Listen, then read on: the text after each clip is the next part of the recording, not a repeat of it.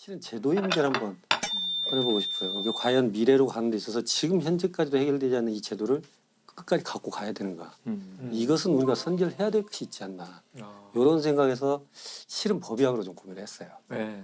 우리가 죽음이라는 것은 다들 불편하죠. 불편한데 삶의 끝이 죽음이라면 죽음도 삶이거든요.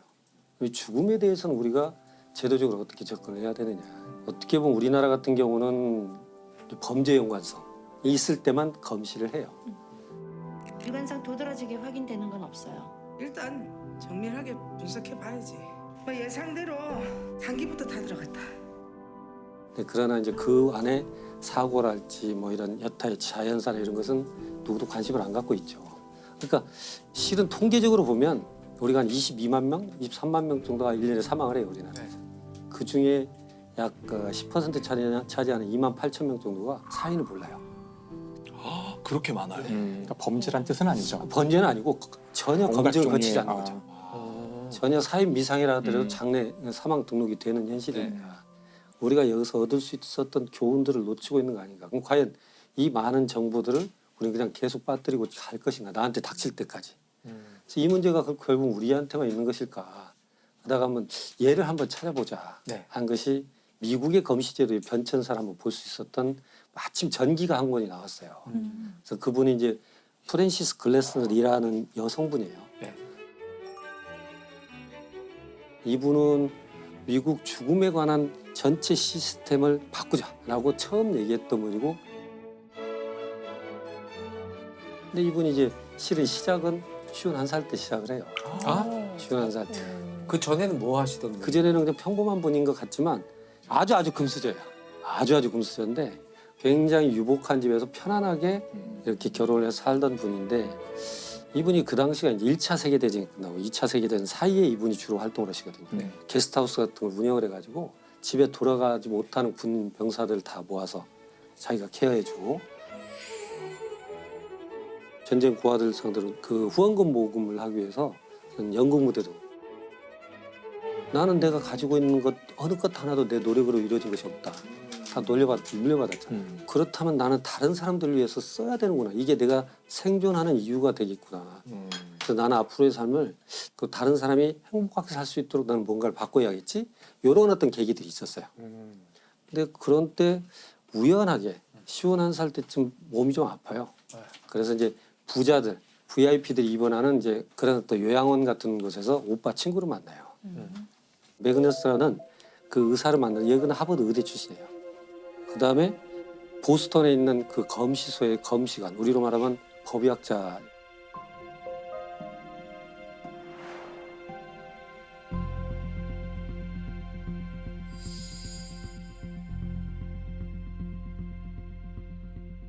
원래는 검시관이라는 제도는 코로너 그래요. 코로너가 이제 크라운, 왕관 있죠? 네. 이 크라운에 변형된 말이 코로너예요. 네.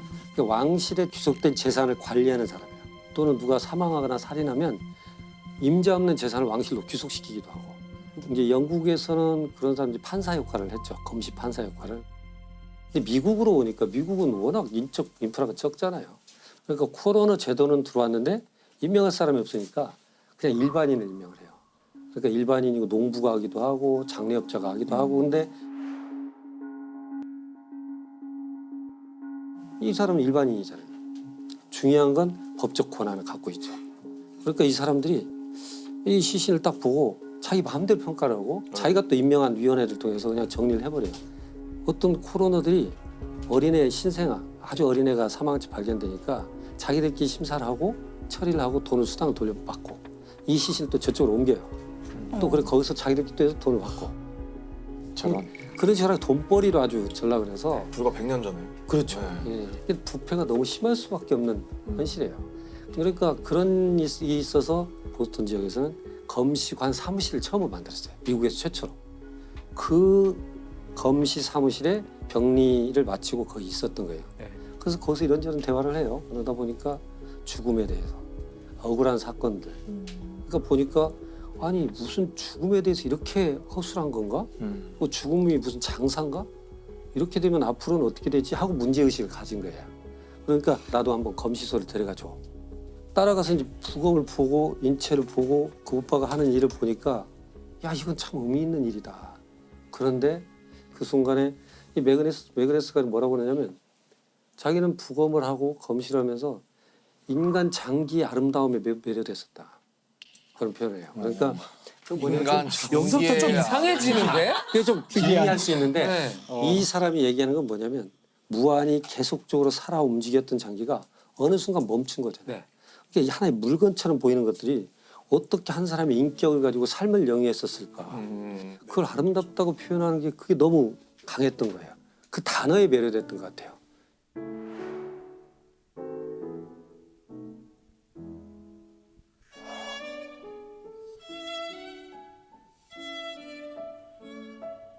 근데 아름답다는 그 표현이 언제나 감동을 주는 것 같긴 해요. 네. 제가 종종 이제 강의를 하다가도 야, 이 수식이 얼마나 아름답냐.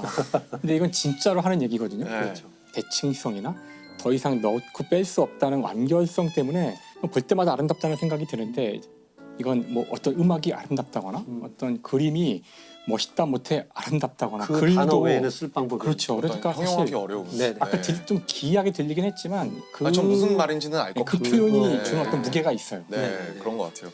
이 프랜시스가 그래서 자기가 봤던 그 장기의 아름다움에서 아름다움. 그림으로 그린 해부학책을 써요. 네. 거기에 이제 시를 옆에다 씁니다. 시까지 쓰셨어요. 여기서 시 이게 뭐냐면 인체 복부의 이제 장을 표현하는 거예요. 보면 이분이 그렇게 씁니다. 배를 열어보아라. 그러면 꼬아지고 비틀린 장이 보일 것이다. 벨벳처럼 부드러우면서도 부채살처럼 강하게 너를 지탱하고 있는 견고한 장관막을 보아라. 이런 표현이거든요. 그게 좀 어려울 수 있지만 사상 최초의 해부학 시네. 네, 에세벽 시죠. 이게 그 이제 뒤로도 어떤 없었을 것 같아요. 사행시처럼 만들어 놓은 거예요. 근데 이렇게 배를 열어보면 장만 막 꼬여 있어요. 장이 근데 서로 꼬이면 죽어요. 네. 그 사이 잘 열어보면 장관막이 쫙 벌써 서로 꼬이지 않도록 잡아주고 있어요. 그러니까 제가 볼 때는 이 사회가 굉장히 혼잡스럽고 거칠고 야만스러워 보이더라도 우린 그 기간에 부드러우면서도 어떤 형태로 견고하게 버티는 규칙과 규범이 있다. 뭐 이렇게 은유적으로도 볼 수 있는 형태. 오늘 또 뭐 정강이뼈가 나와요. 정강이뼈, 종아리뼈 뼈 두 개 네. 있잖아요. 네. 하체. 너는 나의 기억과 추억과 나의 사랑을 들어올리고 있구나. 너가 없다면 나는 단순히 하나의 머리와 굴러다니는 발일 뿐이야. 라는 그런 표현을. 정말 사랑하신 것 같아요. 네, 네. 인체를. 사랑의 시를 장기에다 바친 건데 네. 근데 그 시를 썼다는 것부터 딱 보면 저분은 삶, 죽음, 몸을 생각하는 방식이 남달랐던 것 같아요. 그렇죠. 예. 장기 하나하나를 따로따로 어떤 사랑의 대상처럼 네, 묘사하잖아요. 네, 네. 독특한 정신세계를 원래 이게 사실은 그 서양의 과학의 핵심이죠. 음. 그 환원주의라는 거잖아요. 네. 최대한 나눠봐서 쪼갤 수 없는 데까지 간 다음에 이거 하나를 딱 보면은 이건 이제 이해하기가 쉬우니까 인간은 수많은 장기와 부분된 이런 기관들의 조립이고 이제 그런 시각을 가진 사람이 사람을 해부해서 보면 장기들이 하나하나 다 사랑스럽고 아름답게 뷰티풀하게. 네. 보일 수도 있지 않을까. 근데 진짜 부검을 시작하시기도 하고 아니요. 그러셨나요? 이분이 이제 잘못 얘기되는 것이 법의학을 시작한 법의학자가 아니고 법률제도 이런 걸 전체를 바꾸려고 했던 사회개혁자로 보면 돼요. 사회개혁가. 죽음에 대한 부분은 내가 이 사회 제도를 바꿔야겠다. 그래서 생각한 것이 세 가지를 생각하는 거 법률 바꿔야겠다. 교육제도를 개선해야겠다. 그다음에 경찰을 훈련시켜야겠다. 세 가지가 있어야만 죽음에 대한 한 사회의 나름대로 완결구조가 생기겠다라고 생각을 하죠.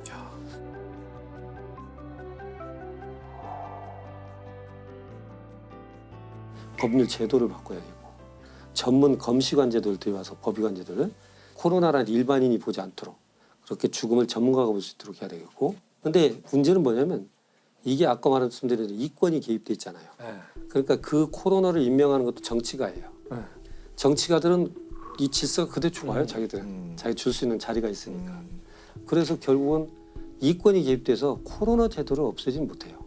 그런 것은 부패 이런 게 많잖아요. 플랜 B로 가져온 것은 뭐냐면 검시해야 될 대상을 정하자.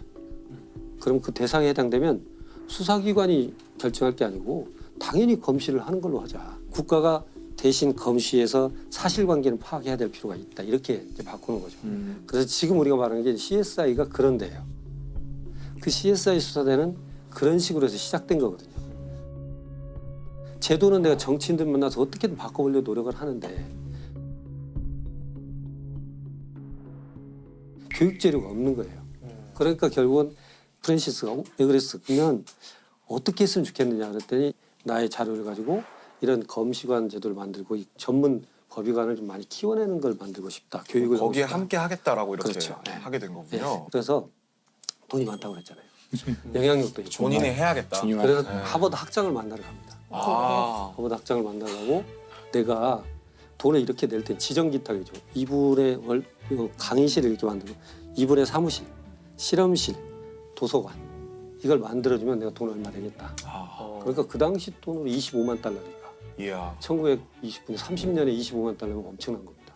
베그레스는 사망하고 그 뒤로 후임자를 병리 전문의 일을 가진 사람을 뽑아야 하버드에서 병리를 마치고 법의학 수련을 하려면 다시 수련 생활을 해야 되죠. 전문의가. 네. 월급이 적죠. 네. 이 보조의 월급을 주겠다. 음. 그래서 키워요. 그렇게.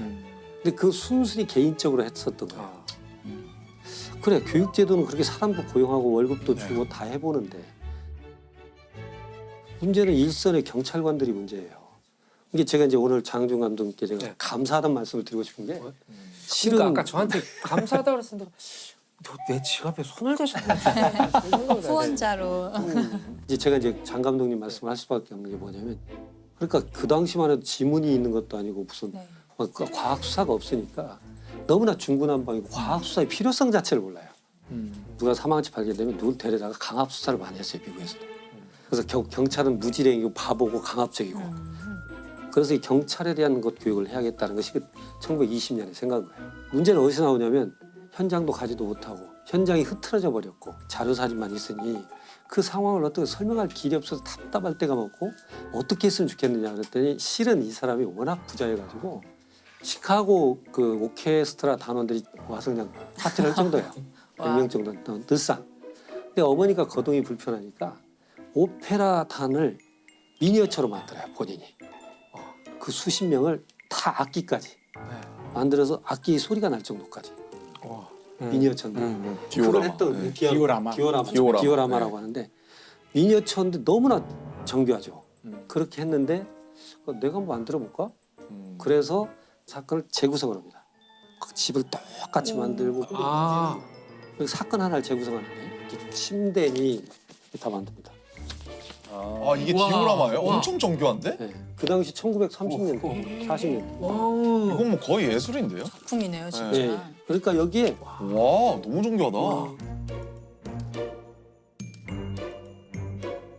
뭐가 있으면 그 경찰 수첩에 깨알 같은 글씨까지 다 써요. 그런 정도. 이건 그냥 현장에 사진을 저 찍은 그냥 것 같아요. 사진 찍었다고 그렇죠, 하면 그렇게 보는 찍었다고 할 누가 거예요. 미니어처라고 말해주지 않아요. 네, 이 밖에 있는 나무까지 다 와 창밖에. 대단하다. 굉장히 좋습니다. 근데 디오라마 하나 만드는 데 있어서 한 지금 돈으로 4만 불에서 8만 불 사이 5천만 원에서 1억 정도. 그런 것을 한 18개 만듭니다. 그렇게 만들어서 하버드대 학장을 만나서 우리 하버드대 우리 법의학과를 만들어놨으니까 여기서 경찰도 종합 교육을 좀 시켰으면 좋겠어. 그러니까 18개를 갖고 와 일주일 세미나를 합니다. 그러면 어떤 범죄 현장에 대한 스토리를 주지 상상하고 않고 만들게. 거기에 목맨 거, 피 흘린 거 다 똑같이 만들어놔서 이걸 너는 어떻게 보느냐. 그러니까 말하자면 어떤 정보가 없이 그거에 대한 너의 해석. 네가 본 것을 얘기해봐. 그렇게 했는데 그렇게 이제 강의를 하다가 이게 소문이 난 거예요. 시나리오 작가가 와요. 와갖고 정말 이런 식으로 수사를 한다면 요것이 한번 재료가 쓰겠다. 나 경찰 중심으로 쓸 수 있겠다. 하버드 대학의 경찰학교에 앉아서 18개의 사건을 재구성하는 것을 영화로 만들어요. 아 그걸 보고. 네, 그래서 그 제목이 하버드 대학의 살인 사건이에요. 근데 하버드 대학은 반대로 우리 하버드가 이런 데 들어가면 안 돼. 그렇겠죠. 엄청 싫어했을 것 같아요. 그러니까 제목이 조금 오해할 수 있게. 아니 영화 안 되겠어 빼. 그러니까 그래서 미스터리 스트릿이라는 이름으로 나가요.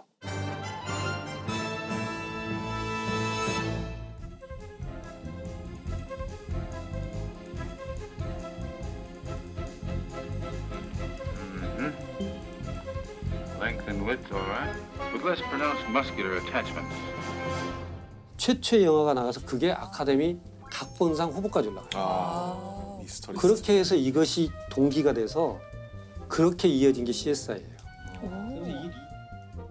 수천 페이지짜리 논문을 발표하는 것보다 의협이나 변호사들만 놓고 수백 번의 강의를 하는 것보다 한 편의 영화가 대중의 인식을 높이는데 더 큰 효과를 발휘하더라. 한 편의 영화가 우리나라 같은 경우는 최초가 우리 사인이라는 드라마예요.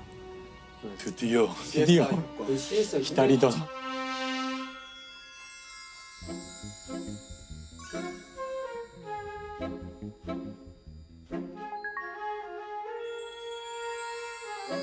사인 드라마 이후로 국가수에 갑자기 10명의 법의관이 늘어나기도 했었어요. 맞아요. 진짜요. 장항준 효과. 오늘 회식하죠.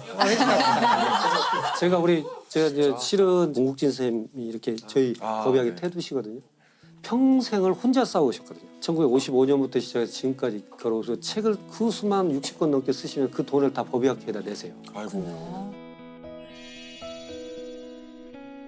공국진 선생님이 사인 보면서 너무 감사하고 평생에 내가 돌아가신 이런 드라마를 볼 수 있었다는 거예요. 아 교수님 저 지금 소름 돋아서 칭찬을 한 몇 년 만에 들은 거 아니에요? 사인 한번 해드리세요. 드디어 너무 감사합니다. 와. 야. 그래서 제가 2011년도인가 공국진 선생님께서 너무 기쁘셔가지고 못하게. 당시에 사비를 1,000만 원을 주세요. 우리 사인 드라마에 대한 상패와 상금을 드렸어요. 이게 맞아요. 사비예요. 그 사비인지는 몰랐어요. 우리가 아무리 노력을 해도 대중이 우리를 몰라요. 왜냐하면 가족 중에 부검할 일이 없어요.